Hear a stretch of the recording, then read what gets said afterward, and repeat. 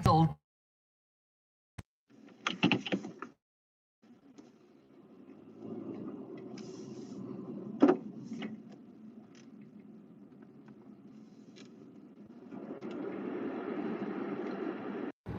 The Jews will have to break down this mosque and completely demolish it, and simple as just cleansing, toning, and applying moisturizer, and always ending with a sunscreen during the daytime. Typically, what I do hear from Black people is that they feel they don't need to wear SPF because of the melanin in their skin. But for me, wearing sunscreen is very necessary because just the risk of sun damage, it just helps at a minimum to wear sunscreen at least of like a 30 SPF every day. For me, and just reapply in a couple hours or every couple hours. Just to think about it, any dark marks or sunspots that I may have, it could be protected from the sun. So I would buy SPF. You know, I think you touched on it. A lot of Black people don't think we need SPF. I've heard it so many times, and I think we're hearing it more and more, though, about the importance, no matter the race or color of your skin, about wearing sunscreen when outdoors. From what I've learned, our melanin only has a very small percentage of SPF, so I am consistently applying sunscreen for extra protection, as well as wearing a hat because I have gotten sunburned before as a Black person. Absolutely, such good advice. Thank you so much for sharing your story and your skincare routine. Prashana, it's been a pleasure having you with us today here on the Black Information Network. The Black Information Network and six-time Emmy-nominated news anchor Vanessa Tyler welcome you to Blackland, a podcast about the ground on which the Black community stands right now. From stories about salvation and loss. I love the person who had an HIV diagnosis. To dreams achieved. Or yet unfulfilled. For people who have made it. I sat down with a therapist and I began my journey. To those left behind. Listen to Blackland on the iHeartRadio app. Or wherever you get your podcasts. This is America's Black Voice. The Black Information Network.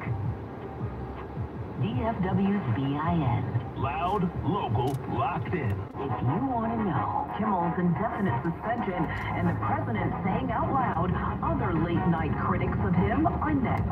It's the Black Information Network. The family of an African-American Delta State student found hanging from a tree is calling for an independent death investigation. What happens next? The president orders the Department of Interior to consider removing signs and exhibits that address slavery at 400 national parks across the country. Happens here.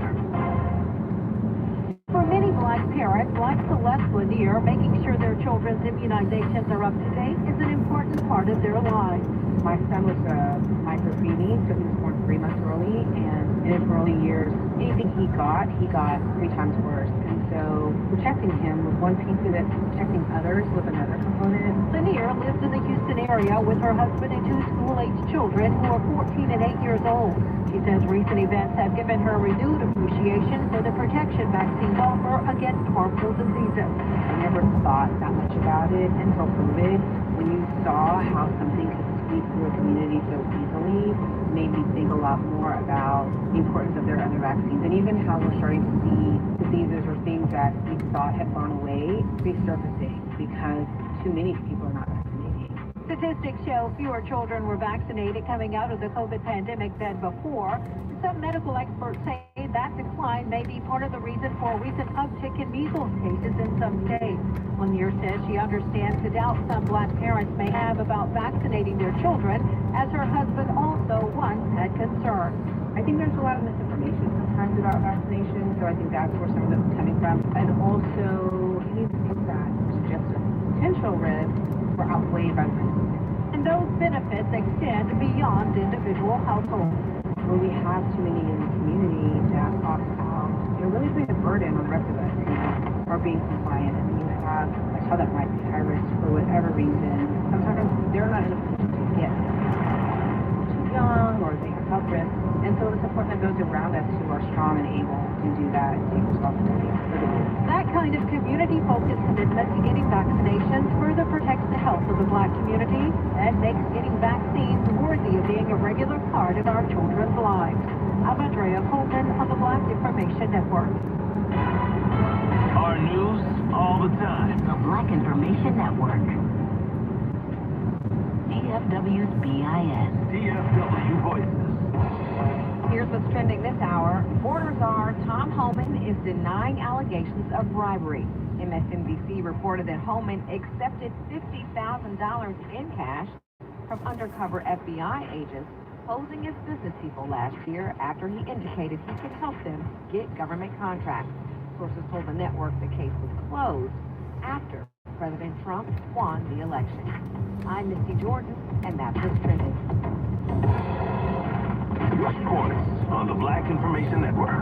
The son of a former UFC fighter is behind bars on suspicion of assaulting a pro wrestler during an event in Los Angeles. Raja Jackson, the son of Quinton Rampage Jackson, was arrested by LAPD on Thursday. He's facing a felony charge and is being held on $50,000 bail. The viral beatdown happened on August 23rd during a pro wrestling show in Sun Valley.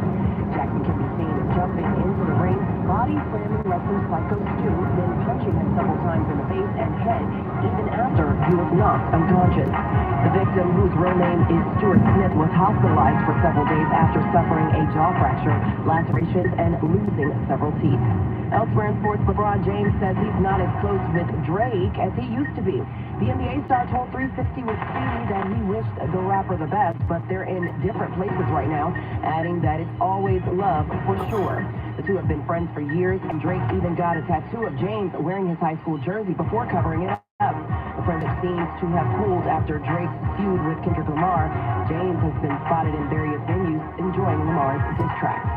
With the latest in sports and more on the Black Information Network. 5 years of empowering Black voices. The Black Information Network. DFW's BIN. Big D, big stories. Here are the top notorious B.I.G. songs that you thumbed up. Number 3, Big Papa. Jump in the rover and come over, tell your friends to move the TM3. I got you. Number 2, Hypnotize. Number 1, No Money, Mo Problem, featuring Puff Daddy and Mace.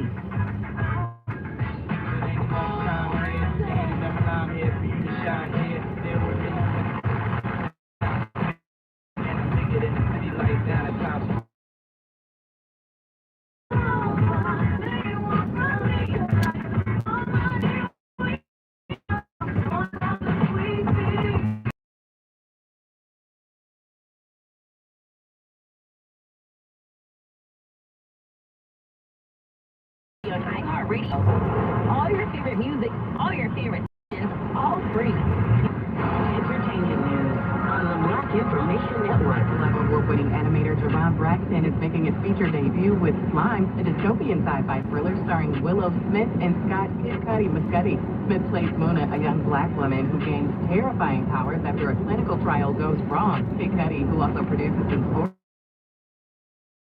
the film, joined her on Wild Stumbling Girls. Keanu Taylor and Jade until January 2026. He's a